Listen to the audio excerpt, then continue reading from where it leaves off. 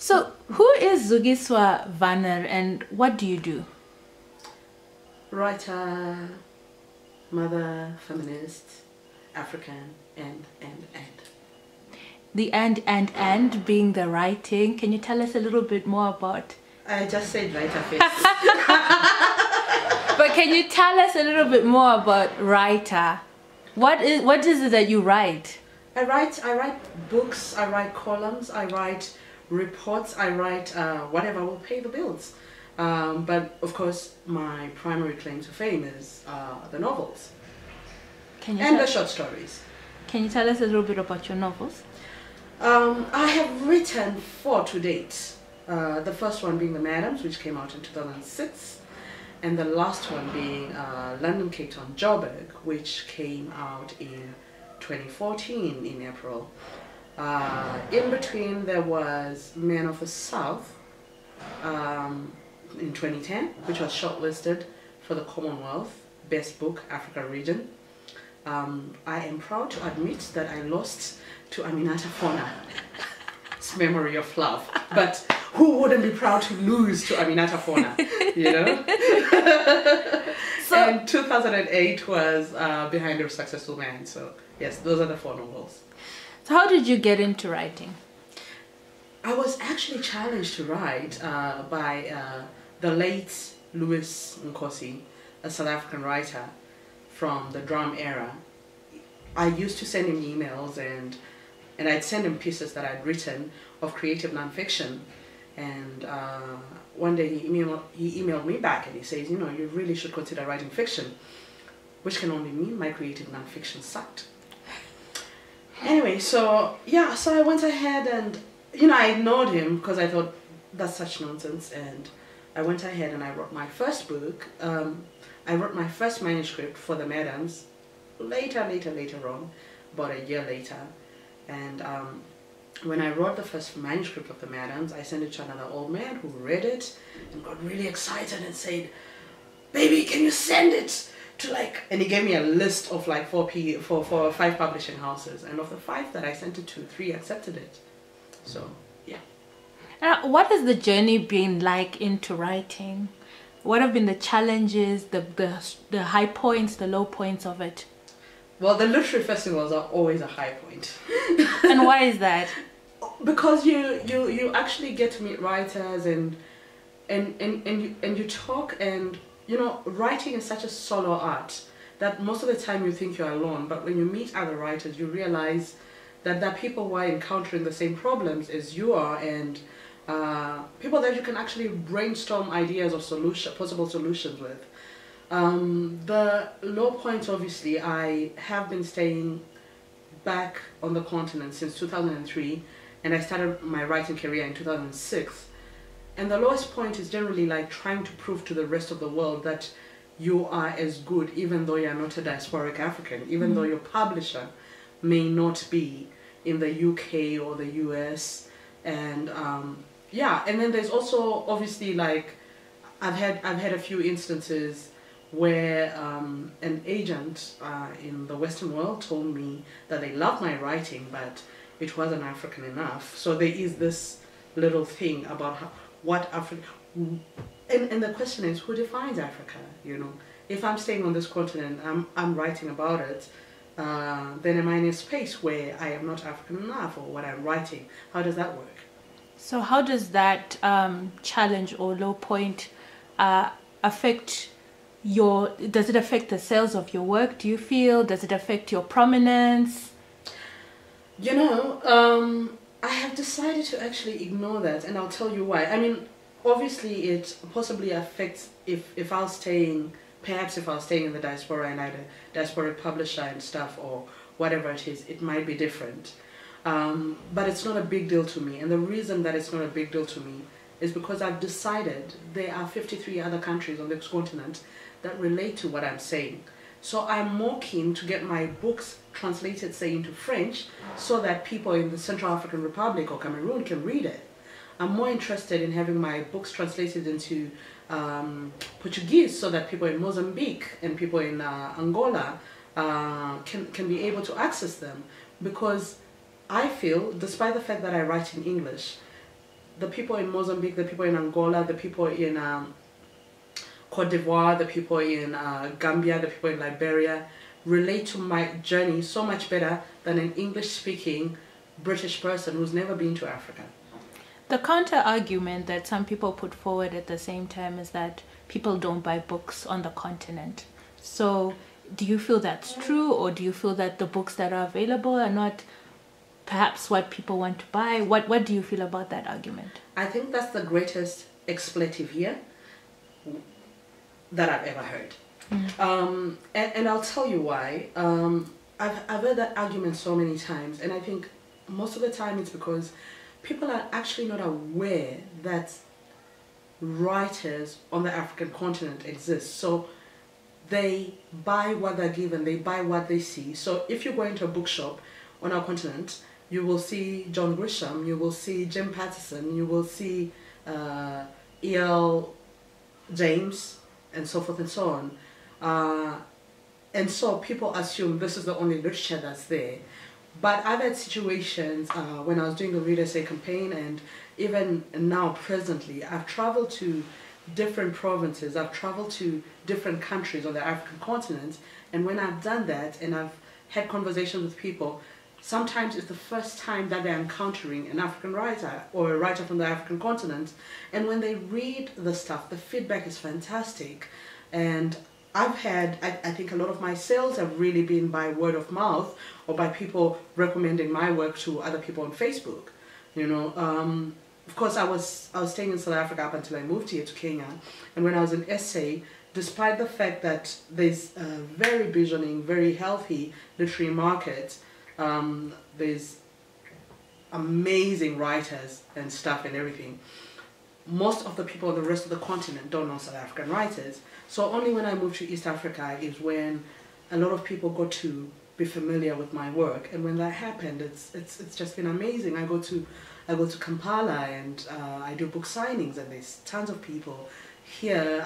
You know, I've just been in Eldoret, which is not the capital city. It's a town in Kenya, and when I've been to Eldoret, I had like wonderful book signings, fantastic crowd, and I experience this everywhere I go on this continent. So I think this whole thing of Africans don't read, or there's nothing worthwhile, or whatever, it's because perhaps our publishers and our publishing industry hasn't realized that we need to think out of the box. Let's find a way.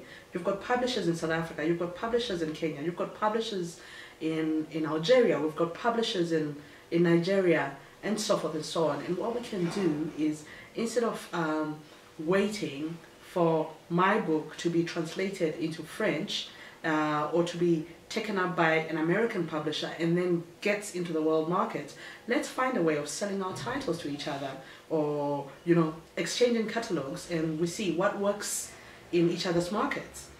So you're currently involved with Writivism, which is a Uganda-based initiative that's trying to bring up young and up-and-coming African literature.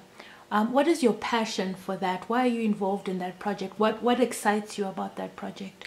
I think one of the things that I love about Writivism is the fact that you are getting, you know, short. I'm a board member. I'm a board member, and what I love about it is that the fact that you're getting short stories, maybe from. It's not just a project that somebody submits, say, like with other short story competitions where people submit short stories and that's the end. The way it actually works is you have people who submit flash fiction, and then it's judged as flash fiction, and then they do a workshop with an already established writer, and after the workshop they are paired up with a mentor. So the short story that they write, it's improved up until, you know, judging period. So then there's a long list, and then there's a short list from the different regions on the continent. And so it's people with a passion for writing, but who are also being developed every step of the way in the year or 6 months that they're in the program. And I think that's what sets it apart. And so we know that one of the biggest prizes for African literature, and I put that in inverted commas, I'll ask you about that as well, is the Kane Prize. And there's quite a split ideas about the Kane Prize. what is your perspective about prizes that are for African literature, adjudicated by Africans but outside of the continent? You know, I'm always glad when somebody is offering to offer writers, whoever decides to do it. But I would ideally like to see, you know, and we've had some really fantastic writers discovered via the King Prize, whether as shortlistees or as winners. But I would ideally, you know, I mean, I got shortlisted for the Commonwealth, which really is not a prize that's, you know, but I've been like making a big noise, and I would ideally like to see a lot of people, a lot of you know, we have all this Forbes lists and stuff, and multi-billionaires of this continent, and you know, they brag about being dollar billionaires and and they complain about the low level of literacy and And one of the reasons why we have a low level of literacy is because people don't have access to books. People, you know, and sometimes access to books is not textbooks; it's reading for pleasure. And I would like to see our billionaires and multimillionaires put their money where their mouths are. I'd like to see them sponsor some big major African literary awards. Let's have an award for the best short story on the African continent, best short story anthology, best young adult book, best children's book, best first novel, best nonfiction. Let's have all that, you know. And when you think about it, if you actually put a budget of $1 million a year, $1 million a year, and including administration, this could successfully be done. So, you know, we can do it for music. Why can't we do it for literature? So we have the Etisalat Prize that's coming up. What do you think about prizes like that are being run from commercial perspective, and people are now starting to see that, you know, starting to celebrate African literature is an important thing, seemingly. What is your perspective?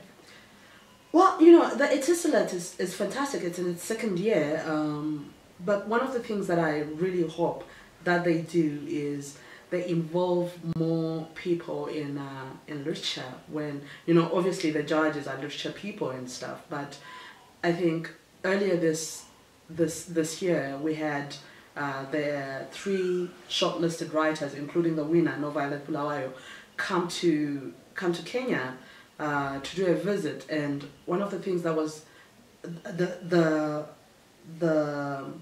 events were very well attended, which was amazing. You know, the crowd was supportive, but one of the things that was very jarring was that 2 of the shortlistees, their books weren't available. So, you know, it's kind of like somebody going to a meeting without a business card, you know. So people loved meeting Yawande, they loved meeting Karen Jack, but they couldn't get their books, and it was very unfortunate. So perhaps let's have these things where we you know, let's consult with people in the industries. Let's see how we can make it better. Etisalat is fantastic, and you know, it can only get better from here. And so now we have Africa 39, which is a compilation of short stories by 39 writers under the age of 40 in Africa. You'll be meeting in Nigeria to... actually, I really don't know what you're meeting in Nigeria to do, so maybe you can enlighten me. Port Harcourt in October, the last week of October, I believe, and it's essentially going to be the launch of the Africa 39, the launch of the anthology. So we will have quite a lot of the writers who are on the lists. You know, there is Adichie, there is Onjaki, there is Jackie Batanda, there is you know, Novuyo, there's Okwiri, there is Hawa Golokai. So there's so it's gonna be exciting. Obviously, there's Abubakar Ibrahim. So it's gonna be exciting being with all the other writers who are on that list, and you know, they are as far as I'm concerned, because I read a lot of writers from this continent, it's only really a cross-section of African writers under 39. I think perhaps the list does not nearly do enough justice, but I'm glad to be there. You're not complaining. No, I'm not complaining, but you know, there are also some writers. And so the top 20 short stories for 20 years of democracy, you're also on that list. What is your perspective about that? Do you feel it's a representative list? Do you feel it's a necessary list, 20 years into democracy? I'm looking forward to the anthology. I think it's really quite representative. Some of the short stories that are there are fantastic. I mean, I was very, very honored to be on that list and to make it. And yeah, so merely on account of the fact that I'm on the list, I think it's very representative. So if you weren't on the list, I might question it. I might question it. you'd be like, this is shady. You know? And so your latest book, London, Cape Town, Joburg, a tour of 3 cities and the changes in the lives of this family that moves from, you know, the UK into South Africa, just coming into democracy. Could you tell us a little bit about that book and how it came about? If I tell you, well, if I tell you about it, you won't buy copies. Well, you never know. You could titillate us. All right. No, it's you know, I actually had a conversation with filmmaker Mfundi Vundla a few years ago, and we're having this idea of having a, you know, rom-com set in you know, with a biracial couple and stuff. And he had read my previous books, and he was like, well, you know, he thought that I'd be the person to do that. So what I did is I did a bit of a treatment, and you know, while awaiting funding, which generally, you know, always takes a long time in film or in the arts in general, I somehow decided to start writing this book. And it was so different, obviously, from the treatment, because the treatment initially was the woman was black and the guy was white, and the way in California and and you know, so it totally changed. So when I wrote about it, when I started writing London, Cape Town, Joburg, it became a study of what I perceived South Africa to have been from 1994 up until 2010. It was my own social commentary on the country, but I also wanted very much to make the commentary from an outsider, you know, looking in, and that's why Jermaine is such an important protagonist in the book, who is the wife of Martin. And also Martin, who is, you know, he is South African, but he's also very much an outsider because he hasn't grown up in South Africa. So he sees certain things and certain nuances that, you know, a South African may not readily observe, but it has been fantastic. It has resonated a lot with a lot of people in South Africa, and I've been amazed at the reception. So finally, born in Zambia to a Zimbabwean mother and a South African father living in Kenya, Pan-African woman on a mission. Wait until I move to Ghana. So that's coming up as well. So that's the next stop. Well, you know, I'm just flexible. I really do want to explore this continent. There's so much to see and there's so much to do, and I can't get enough of it. And what we try to do with my son and my partner is every year we try to take the young men to a different African country, you know, because yeah, this is where it's at. So is there, that's why the Chinese, Americans, everybody's coming here. So is there like a Nairobi, Accra, Harare coming up as a book maybe in the future? No, there's no plans of a Nairobi, Accra, Harare, and I'll tell you why. Nairobi, Accra, and Harare are important cities on their own. They need each of them need their own book. Thank you so much, Zukiswa, for your time. All the best with your writing and everything else you're doing. Asante sana.